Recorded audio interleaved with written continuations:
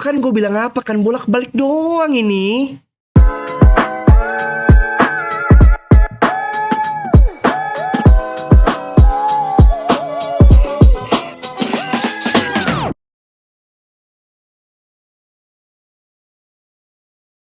Hai guys, balik lagi sama gue William Sudana. Dan hari ini kita akan bahas ini perjalanan XAUUSD beberapa jam menuju FOMC meeting di Kamis dini hari nanti ya. Karena hari Rabu kan. Oke, jadi langsung aja kita lihat. Ini seperti yang gue bilang ya. Semalam di Telegram gue juga udah bilang bahwa kira-kira ini akan jadi pergerakan bolak-balik sideways lah.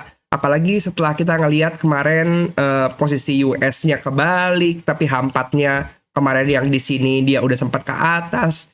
Jadi dia cuman takut-takutin retail kayak gitu. Jadi pergerakan di sini kemarin kalau kita perhatiin nih dari sisi perhatiin ya. Ini di daily aja. Ini kita lihat ini tuh nggak terjadi apapun ya kan. High nggak di break, low-nya nggak di break. Jadi perahu kecil di antara pergerakan di hari Senin kemarin kayak gitu. Jadi Selasanya ini cuma perahu kecil aja. Dan hari ini kita ngelihat kira-kira akan jadi perahu kecil lagi atau enggak, mungkin malah breakout ke atas. Karena gue masih ngerasa bahwa area yang di sini nih ya, area di sini masih akan bisa ditutup kayak gitu. Apalagi hari ini udah masuk ke dalam timing busur. Sekarang kan Rabu ya, maka timing weekly adalah busur ke target.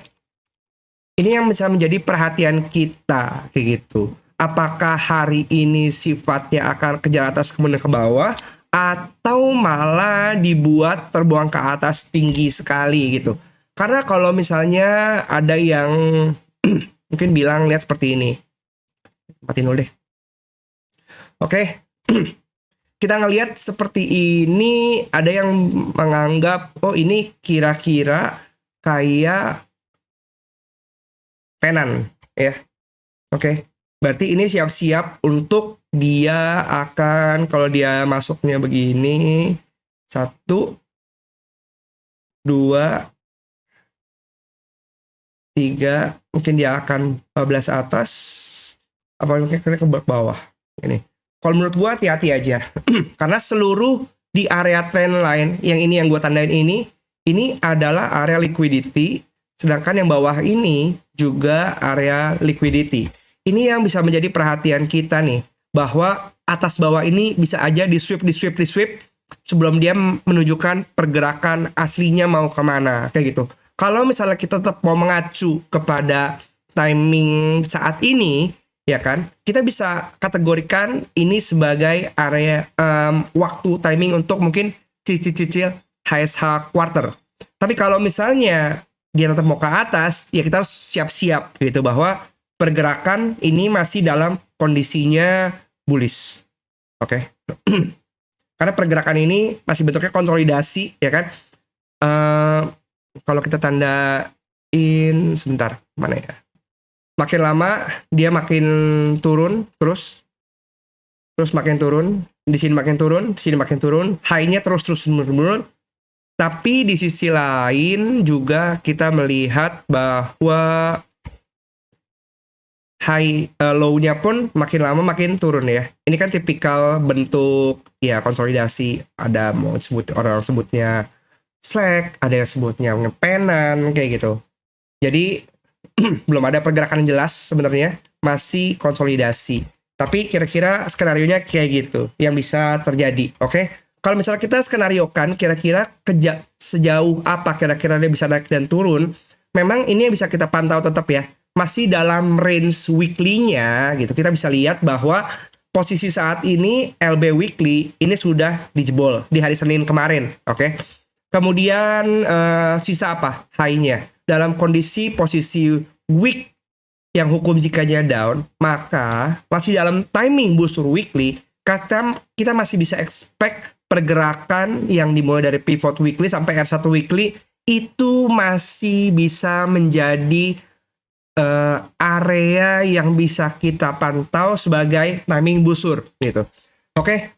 Untuk di sini gue bisa ngelihat ini area yang mungkin seksi ya kan, untuk bisa menjadi area pantauan kita. Kemudian area di sini juga boleh. Berarti di sini di mana nih? Ini paling tinggi berapa? 2181. Kemudian ini di mana?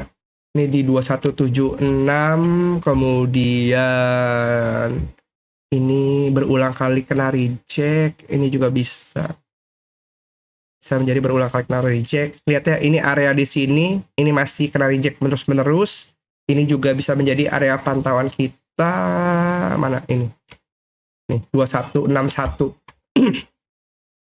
Sorry ya, masih nggak enak.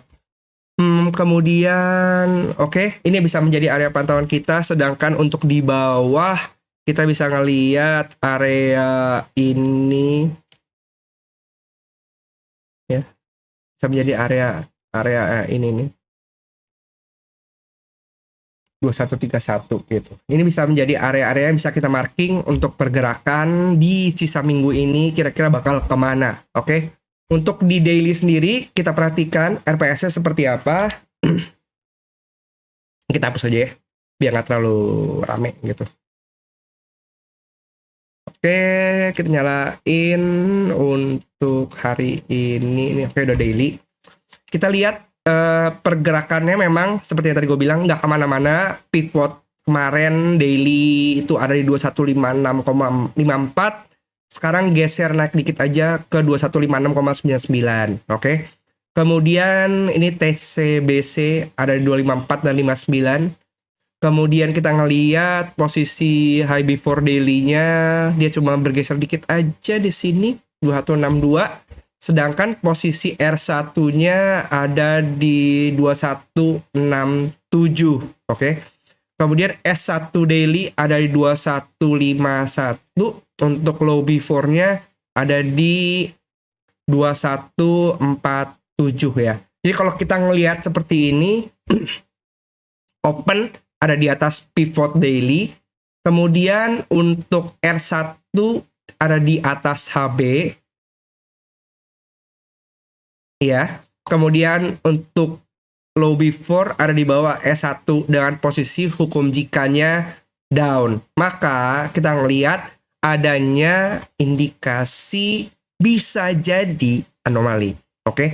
Untuk tipikal pergerakan seperti ini udah gue bahas di video ini ya. Wajib paham kode cinta segitiga antara hukum jika RPS dan open high low gitu. Dan di sini gue membahas kalau misalnya kita ketemu RPS yang seperti itu kebalik-kebalik, kapan sih kita bisa kategorikan itu anomali, kapan itu bisa kategorikan normal, dan potensi anomalinya kira-kira seperti apa kayak gitu. Ini memang buat members only, simple, kalian tinggal klik aja di sini.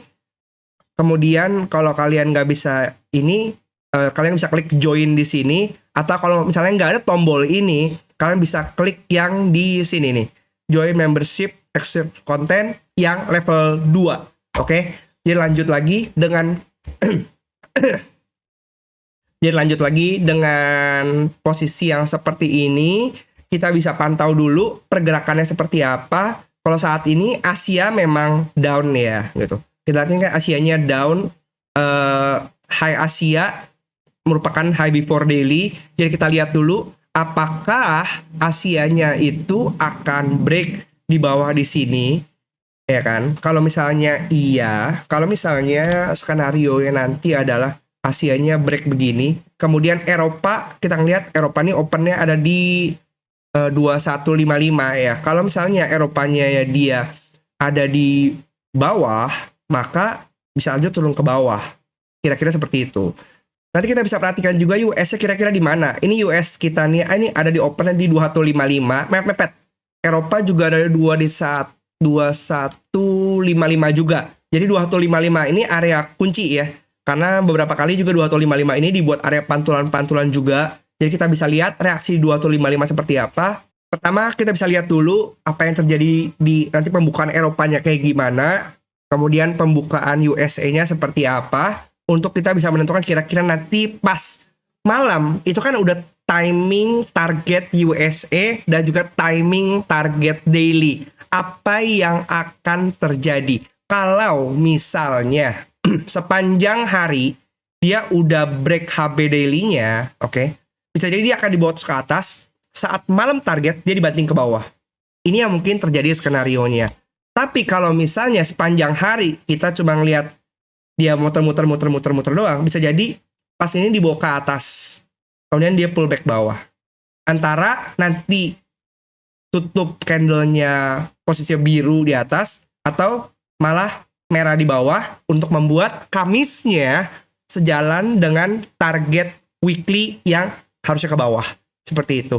Begitu aja sih analisa kita untuk FOMC meeting malam hari ini. Jadi kalian kalau misalnya ragu-ragu, kalian bisa nonton dulu aja. Mungkin akan lebih enak kalau misalnya kalian tradingnya tuh hari Kamis. Ketika semuanya udah jelas, udah clear, tidur juga tenang, bisa istirahat dengan cukup. Karena sekarang kayaknya menurut gue kesehatan tuh lebih penting ya. Kalau sakit gak enak gitu. Apalagi kayak sekarang suara gue lagi serak, kemudian mata juga gak enak kayak gitu. Makanya gue bikin videonya pagi-pagi supaya malamnya bisa istirahat lebih panjang gitu ya.